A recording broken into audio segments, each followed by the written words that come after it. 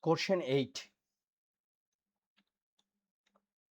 4 to the power x plus 2 equals to 2 to the power 2x plus 1 plus 14. From here, 4 to the power x plus 2, we can write 2 to the power 2. It means 4. And here is a times x plus 2. Minus.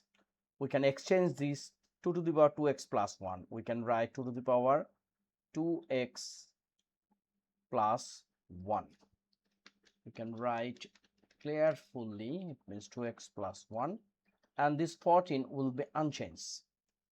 Now here is a 2 to the power 2x plus 4, and here we can write 2 to the power 2x times 2 equals to, here is a 14. Now this one also we can write 2 to the power 2x times 2 to the power 4 minus 2 to the power 2x times 2 equals to 14. Now we can take common 2 to the power 2x. So 2 to the power 4 means 16 minus 2 to the power 2x already take common. So here is a 2 equals to 14.